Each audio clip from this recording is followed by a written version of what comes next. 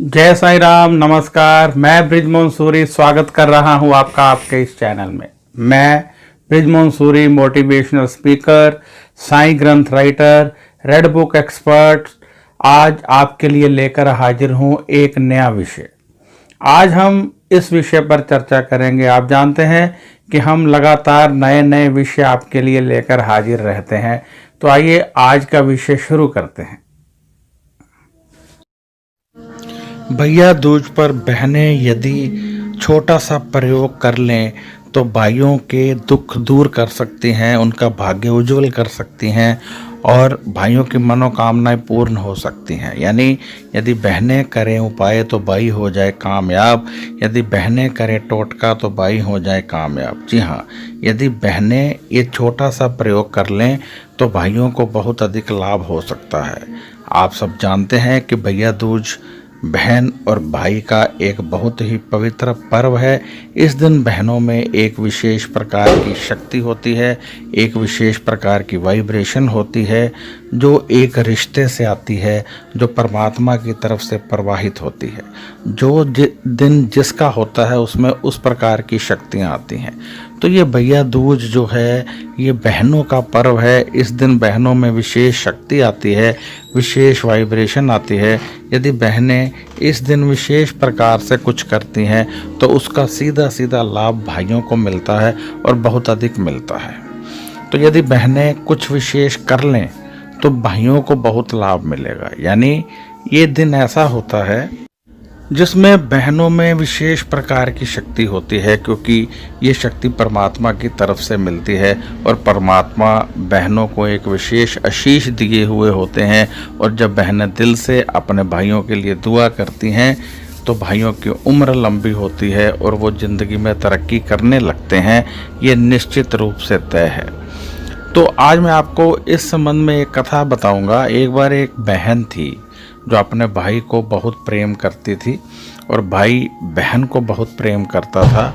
लेकिन भाई जो था वो बहुत कमज़ोर था और उसका उपचार चल रहा था।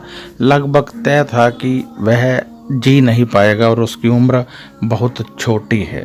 तो बहन अकेली थी, यानी बहन और भाई थे, उनका कोई दूसरा रिश्तेदार नहीं था। माँ बाप का देहांत हो चुका था। बहन भाई को लेकर जा रही है इलाज करवाने के लिए और वहाँ से एक नदी होती थी। नदी को पार करने के लिए एक बोट होती थी, बोट में बैठना पड़ता था। तो बोट में जब वो बैठे तो कुछ लोग और बैठ के, वजन अधिक था, बोट वाले ने बोला लेकिन लोगों ने नहीं माना और बोट निकालने को कहा। जब बोट मध्य में गई तो डूबने का डर बन गया। अब वजन इतना था कि किसी एक को नदी में छलांग लगानी बहुत ज़रूरी थी। सामान कोई था नहीं जो फेंका जा सके ताकि जान बच सके। अब परमात्मा ऊपर से देख रहे हैं और नारद मुनि देख रहे हैं और नारद मुनि कहते हैं, भगवान ये क्या हुआ? भगवान कहते हैं, आज मैं तेरे को दिखाऊंगा कि बहन में कितनी शक्ति होती है, बहन के आशीष में कितनी शक्ति है, बहन के दिल में कितनी शक्ति है। और जब बहन चाहे दिल से दुआ दे दे तो भाई की उम्र कितनी लंबी हो जाती है। आज मैं तेरे को ये दिखाने वाला हूँ। थोड़ी ही देर में बोट में कहा सुनी शुरू हुई कि किसी एक को पानी में फेंक दिया जाए। सभी ने देखा कि ये व्यक्ति बहुत बीमार है और इसके जिंदा रहने का तो कोई अर्थ नहीं है, क्योंकि ये वैसे ही कुछ दिनों बाद मरने वाला है। तो उन्होंने कहा कि इसको उठाकर नदी में फेंक दो, बाकियों की जान बच जाएगी। उन्होंने उसकी बहन को कहा कि तेरे भाई को हम नहर में फेंकने वाले हैं, क्योंकि इसका जीने का कोई अर्थ तो है नहीं, वैसे ही ये मरने वाला है और ये बोट डूब रही है, किसी एक को पानी में फेंकना पड़ेगा। तो हम सब ने ये निश्चय किया है कि तेरे भाई को नहर में फेंक दिया जाए। इतना सुनकर बहन आग बबूला हो उठी और कहने लगी कि मुझसे पूछे बिना या हमारी ज़िंदगी का फैसला करने का हक आपको किसने दिया है? आप होते कौन हो ये डिसाइड करने वाले कि आप मेरे भाई को पानी में फेंक दोगे? कैसे फेंक दोगे आप मेरे भाई को? ऐसा बिल्कुल नहीं हो सकता। अब अकेली जान इतने जनों के साथ झगड़ा कर रही है और सभी उसके खिलाफ इकट्ठे हो रहे हैं। उधर नारद मुनि कहते हैं, भगवान ये क्या लीला है आपकी, एक छोटी सी जान को आपने फंसा दिया है अपने भाई के प्रेम में, वो देखो कैसे डटकर खड़ी हुई है, आप उसकी मदद कीजिए, उसकी रक्षा कीजिए, वरना ये लोग तो उठाकर उसके भाई को पानी में फेंक देंगे। मंद मंद मुस्कुराते हुए भगवान कहते हैं, नारद देखते रहो देखते रहो, देखो आज मैं तुझे दिखाऊंगा कि बहन में कितनी शक्ति है, बहन के आशीष में कितनी शक्ति है। और जब दिल में शक्ति होती है तो बाजुओं में भी शक्ति आ जाती है। जब हौसले बुलंद होते हैं तो शरीर अपने आप कार्य करने लगता है। कहता है, क्या कार्य करेगा भगवान? नारद मुनि कहते हैं, ये कमज़ोर सी लड़की इतने लोगों का कैसे मुकाबला करेगी? उन्होंने इसके भाई को उठाकर पक्के तौर पर नदी में फेंक देना है। भगवान आप कुछ कीजिए। भगवान कहते हैं, कैसे फेंक देंगे, अभी देखते हैं। फेंक भी देंगे तो मैं हूं ना बचाने वाला। नारद तुम चिंता मत करो, तुम देखते जाओ, दर्शक बनो, डायरेक्टर मत बनो। अब नारद मुनि बोट की तरफ देखते हैं, सभी एकजुट हो चुके हैं और सभी ने निर्णय ले लिया है कि उसके भाई को उठाकर फेंकेंगे। लेकिन बहन बिल्कुल आगे एक कवच बनकर खड़ी हो गई है। कहती है, आप कैसे फेंक दोगे? मैं बिल्कुल फेंकने नहीं दूंगी। कहते हैं, वजन ज़्यादा है, फेंकना तो पड़ेगा। तो कहती है, फिर ठीक है, वजन ज़्यादा है तो आप एक मेरे को कृपान दे दीजिए, यहाँ पे है एक आपके पास, वो मुझे दीजिए, मैं अपने बाजू और अपनी टांगें काट कर फेंकती हूँ। यदि वज़न ठीक हो गया ठीक है, नहीं तो फिर इसकी टांगें काट दूँगी या फिर इसको फेंक दूँगी, परंतु पहले मैं अपनी बाजू और अपनी टांगें काटूँगी ताकि मेरा भाई बच जाए। सब ने विचार किया, चलो हमारा क्या जाता है, हमने तो अपनी जान बचानी है, दे दो। वैसे भी जब ये अपनी बाजू और अपनी टांगें काट लेगी तो फिर क्या ज़रूरत पड़ेगी इससे लड़ने की, ये लड़ ही नहीं पाएगी। यदि फिर भी वजन ज़्यादा होगा तो इसके भाई को और दोनों को उठाकर पानी में फेंक देंगे। चोरी चोरी ऐसा फैसला कर रहे थे। ऊपर नारद मुनि बहुत परेशान थे, माथे पर पसीने की बूंदें थी, भगवान का मुख देख रहे थे और भगवान मुस्कुरा रहे थे। नारद मुनि की आंखों में सवाल देखकर भगवान हंसने लगे और कहते हैं, नारद चिंता मत करो, मैं सबका बाप यहाँ खड़ा हूँ, तुम देखते जाओ। बहन की शक्ति, बहन की दृढ़ संकल्पता, बहन का आशीष आज इस भाई की कैसे रक्षा करता है, ये देखते जाओ। और यदि सभी बहनें इस संसार में अपने भाई को दिल से दुआ दे दें तो दुनिया का कोई भाई दुखी नहीं रहेगा। ये मैं पक्के तौर पर कह सकता हूँ और ये आशीष भी दे चुका हूँ कि जब एक बहन अपने भाई के लिए कोई दान पुण्य उपाय करती है तो मेरी मोहर उस पर लग जाती है। अब नारद मुनि बहुत परेशान है, नीचे बहन बहुत परेशान है, उसको कृपान पकड़ा दी गई है और उसको बोला जा रहा है कि जल्दी से जल्दी काटो, क्योंकि जो नाव है वो डूबने के बिल्कुल किनारे पर है। अब बहन ने कृपान पकड़ ली है और कहती है, आओ आगे। मैं क्यों काटूंगी अपने भाई की टांगे, आओ आगे, मैं देखती हूँ कौन आता है मेरे सामने, एक एक को मार दूंगी।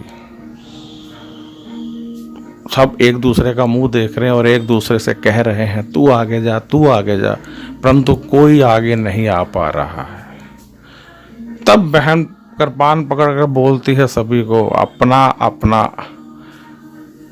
अंडरवियर छोड़कर सारे कपड़े उतार कर पानी में फेंको, देखो वजन कम होता है कि नहीं, जल्दी फेंको नहीं तो मैं मार दूंगी एक एक को करके।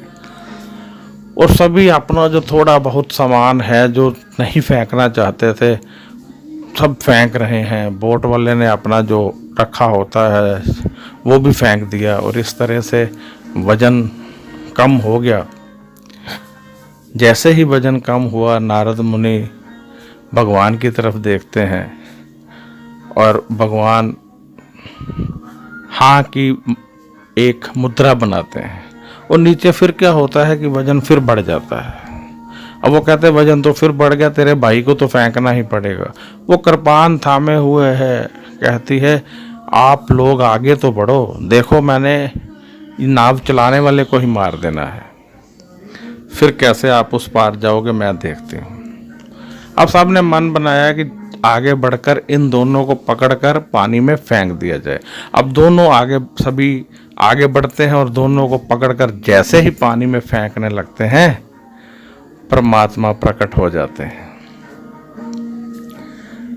नाव बच जाती है और उसका भाई बिल्कुल ठीक हो जाता है। वह कन्या भगवान की तरफ देखकर मूक दर्शक बनी है, उसके पास शब्द नहीं है। तब भगवान कहते हैं, आज तेरी शक्ति, तेरा दृढ़ संकल्प देखकर मैं तेरे भाई को दुनिया का प्रत्येक सुख देता हूँ। ये तंदुरुस्त होकर एक राजा की तरह जीवन यापन करेगा, इसे कोई दुख नहीं रहेगा। और मैं आशीष देता हूँ कि दुनिया में जब जब कोई बहन अपने भाई के लिए तड़फेगी, जब जब कोई बहन अपने भाई के लिए दुआ करेगी, तो मेरा आशीष उसे अपने आप मिल जाएगा। ये आशीष भगवान से मिल चुका है, बहुत बार मिल चुका है, हमारे ग्रंथ भी कहते हैं, ग्रंथों में लिखा हुआ है। तो फिर हमने ये आशीष लेना है। कैसे लेना है? बस चर्चा तो यही है कि लेना कैसे है। हमने ये आशीष परमात्मा का जो हमें मिल चुका है, अपने भाई के लिए लेना है। इसके लिए क्या करना है आपको? जो आप भाई को तिलक करने जा रहे हैं भैया दूज पर, वह तिलक आप किसी मंदिर वगैरह से ले आइए। जब आप किसी मंदिर से लाएंगे तो उसमें बहुत सारी शक्तियां आ जाएंगी। यानी जो तिलक लेना है, या तो आप खुद अपना तिलक मंदिर में चढ़ाइए और पहले भगवान को तिलक कीजिए और प्रार्थना कीजिए कि हे प्रभु, इस तिलक को अमृत बना दीजिए, इस तिलक में अपना आशीष मिला दीजिए। और फिर परमात्मा के सम्मुख खड़े होकर अपने भाई के लिए दिल से प्रार्थना कीजिए। और फिर वह तिलक लेकर जब आप अपने भाई को लगाने लगे, वो सामने बैठ जाए, तो आप सबसे पहले उसके हाथ पर धागा बांधिए, मौली बांधिए लाल रंग की, और फिर उसका हाथ पकड़कर आंखें बंद करके परमात्मा से प्रार्थना कीजिए कि हे प्रभु, मेरे भाई के समस्त कष्ट दूर करना, जिंदगी में ये बहुत तेजी से आगे बढ़े, कभी कोई रुकावट इसको ना आए, जिंदगी में सदैव तरक्की करता रहे, कोई रोग इसे ना सताए, कोई दुश्मन ना सताए, और ये अच्छे कर्म करता हुआ इस संसार में सदैव आगे बढ़ता जाए और आपका आशीष सदैव इसके सर पर बना रहे। जब आप इस प्रकार की प्रार्थना करेंगे तो परमात्मा की वह शक्तियां जो पहले ही मिल चुकी हैं उसे मिल जाएंगी। जैसे कि कोई प्रधानमंत्री या कोई मंत्री कोई कर्ज माफ़ी की घोषणा कर देता है कि ये कर्ज माफ़ है, तो हमें उसके लिए एक फॉर्म फिल करना पड़ता है कि इस श्रेणी में हम भी आते हैं, हमारा लोन भी माफ़ होना चाहिए। जब तक हम वो फॉर्म फिल नहीं करेंगे हमारा कर्ज माफ़ नहीं होगा। या कुछ और जो फैसिलिटीज़ गवर्नमेंट की तरफ से मिलती हैं तो वो तब तक नहीं मिलती हैं जब तक कि हम निवेदन नहीं करते हैं। तो ऐसे ही परमात्मा ने जो फैसिलिटीज़ दे रखी हैं, जो आशीष दे रखे हैं, यदि हमने लेने हैं तो हमें उन आशीष को लेने के लिए परमात्मा को प्रार्थना करनी पड़ती है। हमने परमात्मा को प्रार्थना की और भैया को तिलक किया। तिलक, वह तिलक जो हम मंदिर से लाए थे, पूजा रूम से लाए थे, वह तिलक किया, तो आपने देखा कि आपके भाई की कितनी उम्र बढ़ेगी, यानी आपके भाई के कैसे कार्य तेजी से बनेंगे और भैया आपके सदैव जिंदगी में आगे बढ़ते रहेंगे। ये निश्चित है, ये तय है। तो आपने यदि इस प्रकार से किया तो आपको बहुत लाभ मिलेगा। दूसरा एक रास्ता और है कि आप इस वीडियो को अधिक से अधिक शेयर करें ताकि बहुत सारी बहनें देख लें और बहनें भी ये सब कुछ कर लें, और बहनों की वजह से, यानी जो उनको लाभ मिलेगा उनकी वजह से आपको भी लाभ मिलेगा, क्योंकि उनका लाभ होगा। कर भला हो भला, अंत भले का भला। जब आपने किसी का भला किया तो आपका भी भला होना तय है, जब आपने किसी का अच्छा किया तो आपका भी अच्छा होना तय है। तो आप अपना अच्छा भी करवा सकते हैं किसी दूसरे का अच्छा करके। तो ये वीडियो ज़्यादा से ज़्यादा शेयर कीजिए, फेसबुक पर कीजिए, व्हाट्सएप पर कीजिए, लोग देखें, उनका भी फ़ायदा हो। एक बार फिर संक्षिप्त में समझ लीजिए, क्योंकि मैं बीच में चर्चा करता रहा हूँ, कोई गलती ना हो जाए। आपने मंदिर से तिलक लेना है। यदि मंदिर में तिलक नहीं है तो आप अपना तिलक ले जाइए, मंदिर में चढ़ा दीजिए। सबसे पहले परमात्मा को तिलक कीजिए, फिर वो परमात्मा से प्रार्थना कीजिए भाई के लिए, फिर वह तिलक ले आइए अपने भाई के हाथ पर मौली बांधिए लाल रंग की, और फिर उसको तिलक कीजिए। तिलक करने के पश्चात उसका मुंह मीठा करवाइए और वो आपका मुंह मीठा करवाए। ये शक्तियाँ आपके भाई को बहुत लाभ देंगी और आपका भाई सदैव जिंदगी में आगे बढ़ता रहेगा। तो आप इस प्रकार से कीजिए, देखिए कि आपके आशीष से आपके भाई के सभी रुके हुए कार्य कैसे हो जाते हैं।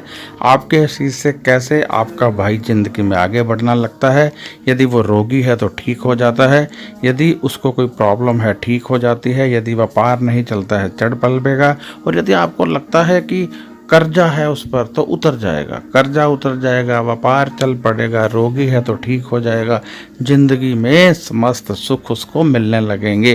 क्योंकि आप बहन हैं और आप में बहुत सारी शक्ति है, और ये पर्व है आपका, और आपने भाई को आशीष देना है। यदि आपने दिल से आशीष दे दिया तो भाई को वह सब मिल जाएगा जो कभी उसने सोचा भी नहीं होगा, जिसकी कभी कामना भी नहीं की होगी, और कभी उसको विश्वास भी नहीं होगा कि उसको वह मिलेगा। वह चीज़ें मिल सकती हैं एक बहन के आशीष से। अब मैं यहाँ इजाज़त चाहूँगा। यदि आपको मेरा ये वीडियो अच्छा लगा है तो कृपया इसे लाइक कर दें, क्योंकि लाइक करने से मेरा हौसला बढ़ेगा। और यदि आपको लगता है कि ये वीडियो दूसरे लोगों को भी देखना चाहिए तो इसे शेयर कर दें, ताकि शेयर करने से दूसरे लोग भी देखें, उनको भी लाभ मिले, और जब उनको लाभ मिलेगा तो आपको उसका पुण्य प्राप्त होगा। तो यदि आपको कोई सवाल पूछना है तो आप व्हाट्सएप कर सकते हैं। यदि आपने जन्म पत्री दिखानी है तब भी आप व्हाट्सएप कीजिए। जन्म पत्री देखने की हमारी फ़ीस होती है। आप जानते होंगे कि जन्म पत्री में बहुत सारे ग्रह होते हैं, जन्म पत्री में बहुत सारे योग होते हैं। योग से ही हम जानते हैं कि हमारी लाइफ कैसी होगी। कई बार हम ग्रहों के उपाय करते रहते हैं परंतु हमें लाभ प्राप्त नहीं होता है। हम लगातार ग्रहों के उपाय कर रहे हैं, बहुत सारे एस्ट्रोलॉजर्स के पास होकर आ चुके हैं, लेकिन लाभ नहीं मिला है। कारण क्या है? कारण ये होता है कि जन्म कुंडली में योग होते हैं। जब योग एक्टिवेट ना हो, कमज़ोर हो, तो ग्रह काम नहीं करते हैं, और जब ग्रह काम नहीं करते हैं तो फिर उनके उपाय कितने भी कीजिए आपको लाभ नहीं मिलेगा। कब तक? जब तक कि उस योग को बलि नहीं किया जाता, एक्टिवेट नहीं किया जाता। तो यदि आप जन्म पत्री दिखाना चाहते हैं तो व्हाट्सएप कीजिए, सवाल है तब भी व्हाट्सएप कीजिए। व्हाट्सएप का जवाब 4 या 5 दिन में मिलता है। फ़ोन मत कीजिए, फ़ोन यहाँ कोई नहीं उठाता है। तो अब मैं इजाज़त चाहूँगा। नमस्कार, खुश रहिए और अपना ध्यान रखिए।